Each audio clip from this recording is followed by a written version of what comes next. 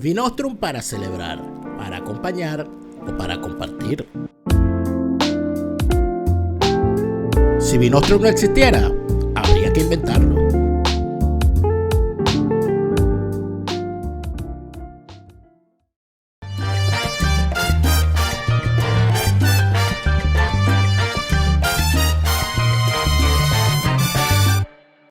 Fuera de orden, crónica de la desgracia, nacional e internacional, plomería informativa, arqueología, paleontología, zoología, parasitología, infectología y medicina forense política.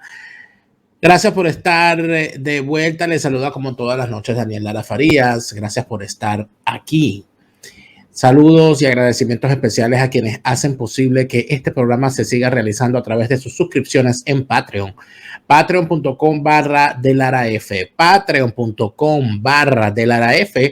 Con tu suscripción mensualmente me brindas el equivalente a un café y entre todos podemos seguir teniendo los recursos para realizar todo lo que hacemos en estos contenidos y ponerlos a la disposición gratuita en nuestra plataforma de YouTube y en la plataforma de Facebook para quienes necesitan en Venezuela tener información veraz con el defectuoso y maléfico internet que le permiten en el país, y sobre todo también para todos esos venezolanos que se encuentran en Latinoamérica rindiendo los datos en el celular para mantenerse medianamente informados.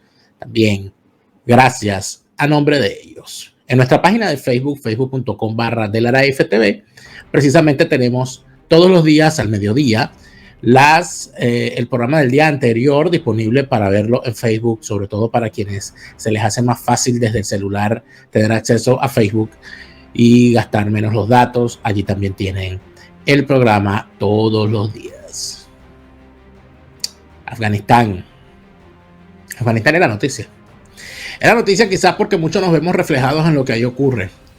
Quizás porque muchos sentimos que está ocurriendo una desgracia, que luego de 22 años de guerra, 20 años de guerra, uno siente, caramba, este país, qué cosa tan terrible, pero además de eso, las imágenes son desoladoras. También los análisis de alguna manera son desoladores, porque uno dice, bueno, pero ¿qué pasó aquí?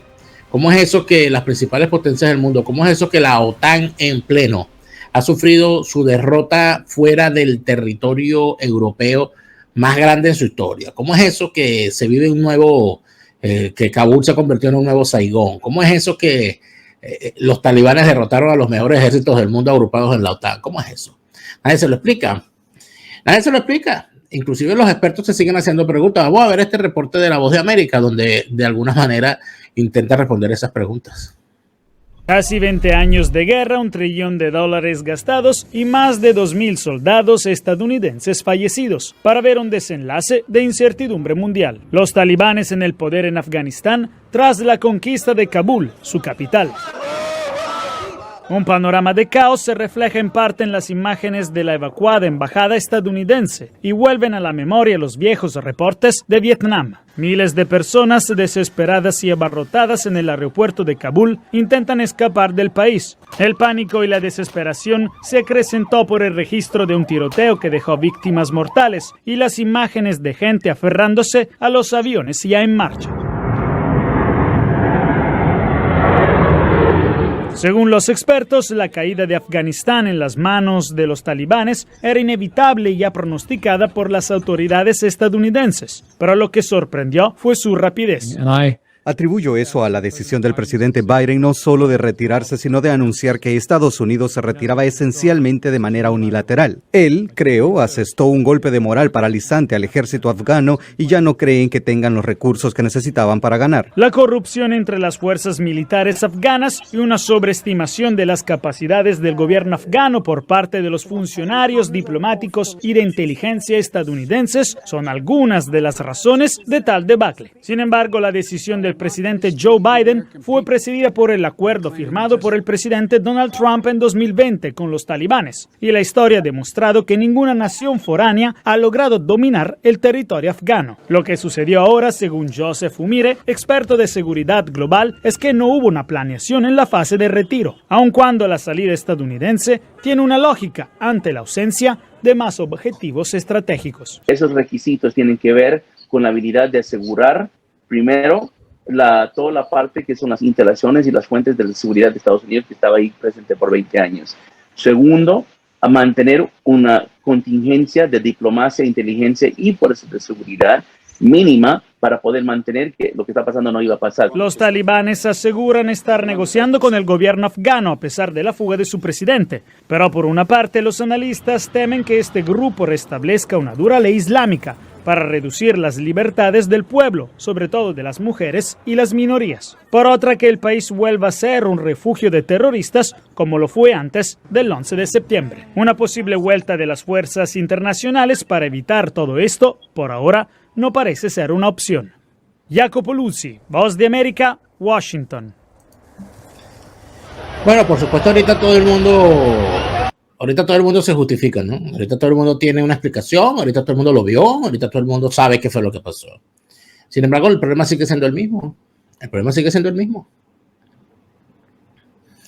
El problema, lamentablemente, es que hubo una situación gravísima que no fue atajada a tiempo, que los burócratas del Departamento de Estado y del Pentágono parece ser que piensan en escenarios de 2 años, porque piensan en función de las elecciones presidenciales, pasan 2 años y luego piensan en función de las elecciones de medio término del Congreso, y pasan 2 años y vuelven a pensar las presidenciales, y así no se puede planificar una política exterior de largo plazo. En todo caso, eso lo que se planifica es una ráfaga. Lo que peor, o las peores previsiones que hay en Afganistán ahora es con respecto a la mujer, a lo que va a ser de la mujer afgana, y también eso recoge en algunos reportajes también en La Voz de América.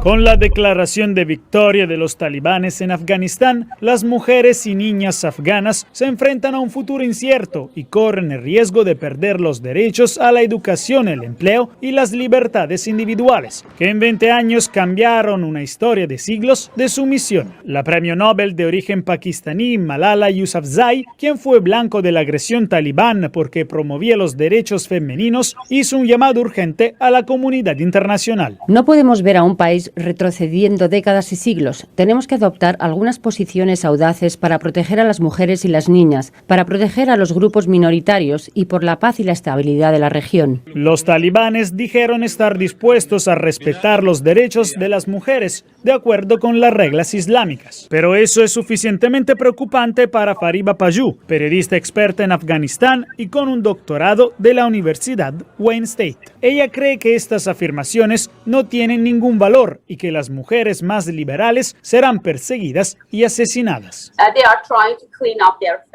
Están tratando de limpiarse la cara, de maquillarlo todo. Creo que es una gran mentira. No pueden hacerlo. Su ideología no les permite hacer eso. Ahora solo quieren tener el apoyo de países extranjeros y solo quieren tener un poco de estabilidad en Kabul. De hecho, ya muchas mujeres se están escondiendo alrededor del país y se reportan persecuciones y agresiones contra algunas de ellas. En particular, preocupa lo que pasa a las mujeres en las poblaciones pequeñas a donde, dice Paju, no llegan las noticias, mientras los talibanes tratan de presentarse como si fueran un grupo moderno. Sin embargo, Paju cree que esta vez los talibanes encontrarán resistencia, como se documenta ya en las redes sociales.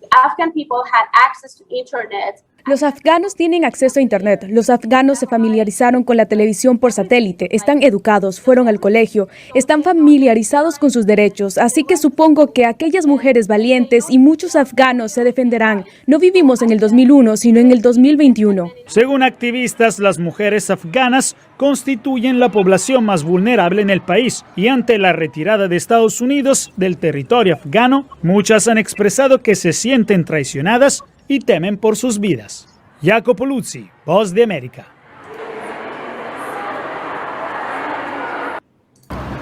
Bueno, hay hay algunas cosas que no son verdad, porque si todos los afganos viven muy bien, todos tienen internet, todos están modernizados, etcétera, etcétera, ¿por qué se siguen yendo a pie de las aldeas donde viven y siguen llegando a Europa sin saber leer y escribir?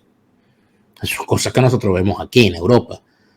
Nada más hay que hacer un breve sondeo y buscar testimonios en los refugios donde se encuentran, bueno, refugiados, valga la redundancia, de todas las nacionalidades, pero búsquense los afganos y verán la realidad que traen para acá.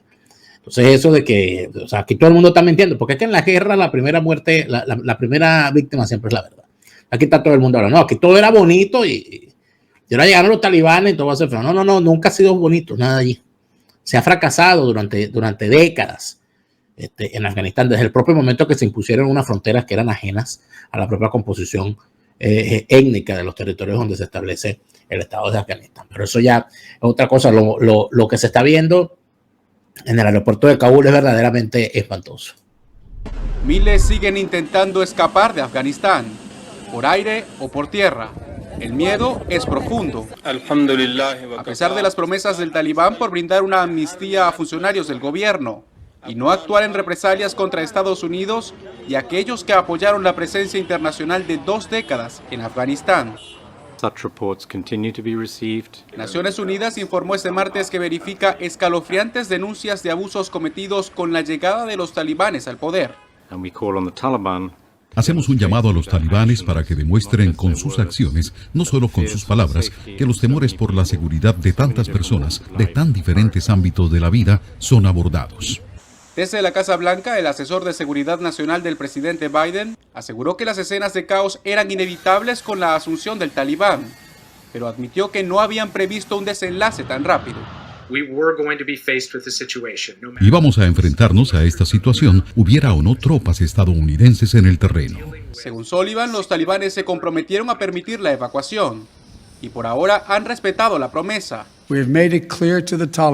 Aunque el presidente Biden dejó claro que está preparado para actuar de manera rápida y firme si no se respeta el protocolo establecido. La decisión del presidente ha sido criticada ampliamente por el liderazgo republicano, que argumenta que la administración demócrata no se preparó lo suficiente para la retirada de tropas estadounidenses. Jorge Agobián, Voz de América, Washington. Bueno, obviamente nadie estaba preparado para esto y los que más tenían que estar preparados eran los que se supone que eran los garantes del orden en Afganistán por mandato internacional. ¿Qué va a pasar aquí? Bueno, aquí obviamente el juego se va a ir a las Naciones Unidas, que es decir, a nowhere, que son las Naciones Unidas hoy, la nada. Eso es lo que va a ocurrir. Pero quizás lo que está viniendo empacado en los medios tradicionales no es necesariamente lo que más impacta. Lo que más impacta es lo que circula en las redes sociales y las imágenes que hay en los aeropuertos. Ahí está este compendio de imágenes de las redes sociales. Vamos a verlo.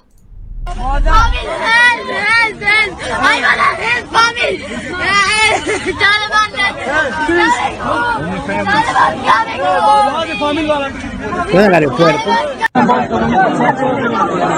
fíjense cómo la gente intenta pasar a los niños al otro lado de la cerca para que quien los agarre se los lleve.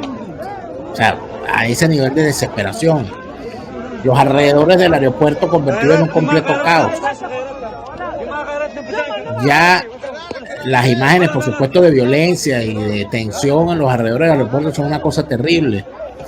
Según se reporta, tropas de la OTAN son las que custodian los alrededores del aeropuerto y prácticamente las embajadas o el personal de las embajadas occidentales se han mudado al aeropuerto para terminar de hacer las labores de evacuación de su personal diplomático y de los colaboradores que han estado todos estos años junto a ellos como personal local.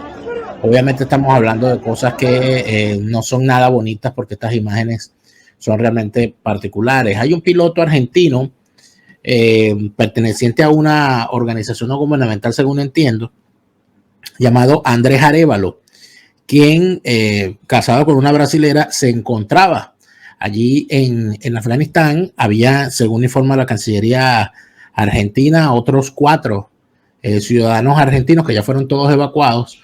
Pero fíjense lo que reporta este piloto Andrés Arévalo desde el aeropuerto de Kabul, minutos antes de lograr de hecho salir, sobre lo que estaba ocurriendo en el momento. Lo logró documentar.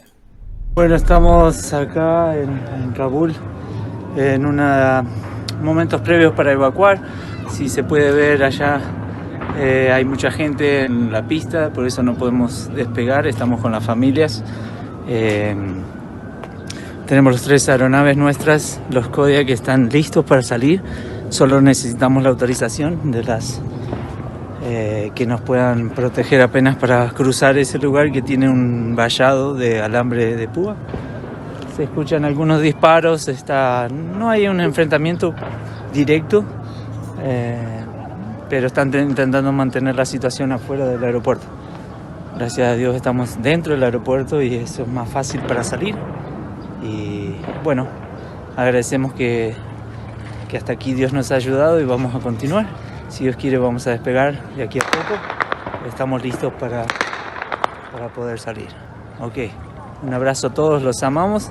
Muchas gracias por sus oraciones, por el apoyo de siempre.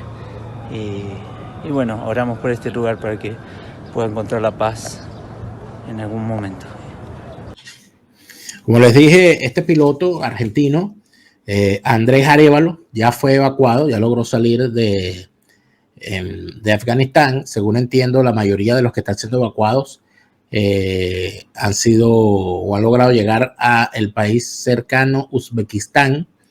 En el caso de los Estados Unidos, los aviones de transporte militar, algunos han llegado inclusive hasta Qatar, a bases militares en Qatar, y entiendo que en Arabia Saudita también.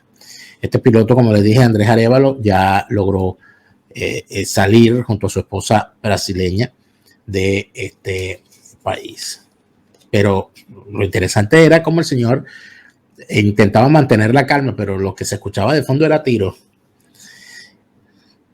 O sea, imagínate tú un aeropuerto con la cota 905 al lado. Imagínate eso. Y aún así tener que mantener la calma. O sea, estamos hablando de una situación en la que ¿quién mantiene la calma? Las imágenes de Saigón se quedan cortas con todo lo que estamos viendo aquí. Pero mientras todo esto ocurre, resulta ser que los talibanes han dicho que ellos han cambiado, que ellos no son los mismos. Son los típicos maltratadores de mujeres. Eso que le caen a carajazos a la mujer y después dicen, no, tranquila, que yo lo hago porque te quiero, yo voy a cambiar, ya yo no te voy, esta es la última vez, de verdad, te lo juro. Tal, papá, y cuando viene rascado otra vez la cae a coñazo. Entonces, los tipos son de verdad unos maltratadores, pero consuetudinarios. Entonces, ahorita están en la etapa ya no están en la etapa maníaca, están en la etapa depresiva. Entonces están prometiendo que se van a portar bien. Y se están prometiendo que se van a portar bien. Y hay una prensa fundamentalmente progre ayudándolos a decirle al mundo que ellos y que sí, y que han cambiado, que van a ser tolerantes y que se van a portar bien. Por supuesto, la gente no les cree, los afganos no les creen. ¿Cómo le va a creer? ¿Cómo le cree una mujer afgana a unos tipos que la quieren empapelar como si fuese en Bogotá, como si fuese una hallaca? Por supuesto que no lo creen, por favor, bastaba más.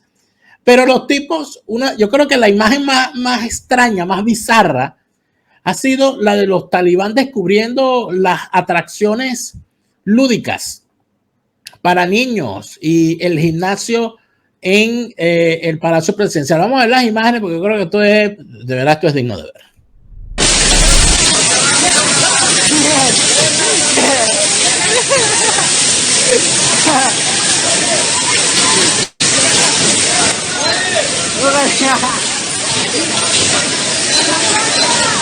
Oye, los tipos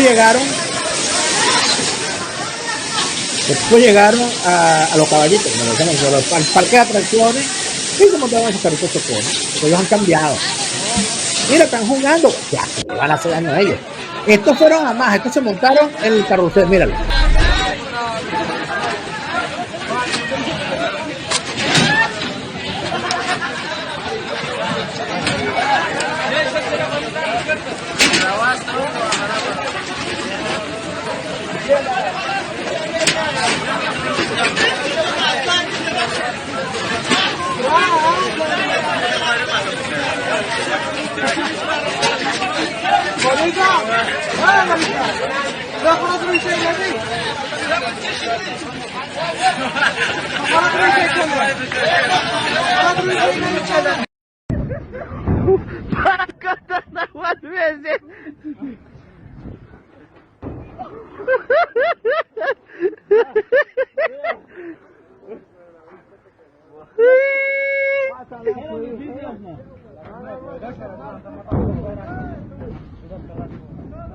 Soka soka soka soka.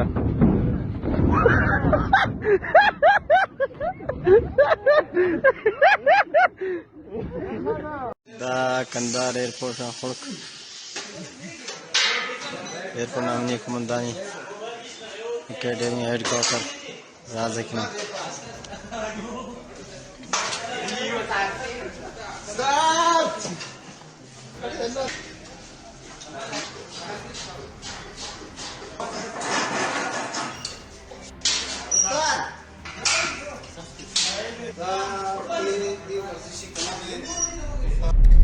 ¿Qué es lo que termina entonces ocurriendo con todo este tema y por qué poner el ojo en Afganistán de esta manera? Bueno, ahí veíamos, creo que todo este tema de los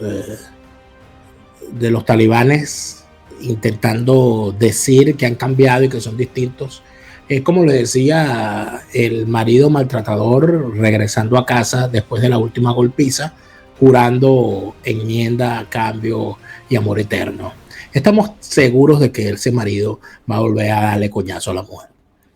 Estamos hablando de una fuerza verdaderamente terrible. Estamos hablando que ya inclusive los gobiernos más terribles del mundo han mostrado un beneplácito de los dientes para afuera por la llegada de los talibanes al poder. Por supuesto que eso tiene múltiples implicaciones. Implicaciones para ese país, obviamente, claro está, implicaciones para la región, implicaciones para el mundo.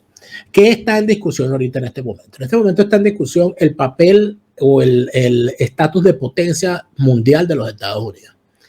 Pareciera que en el caso de los Estados Unidos han decidido retirarse, echarse para atrás. Y lo han decidido de una forma que pareciera que es concertada. Porque el gobierno republicano anterior, el gobierno de Donald Trump, fue un gobierno aislacionista desde el punto de vista internacional, buscando restringir en políticas clásicas, por cierto, del Partido Republicano, la presencia militar de los Estados Unidos en el mundo. Normalmente la política exterior del Partido Republicano es un objetivo, no es que sea hacia rajatabla siempre, porque las potencias no se mueven con acciones rápidas, sino con acciones concertadas en el tiempo.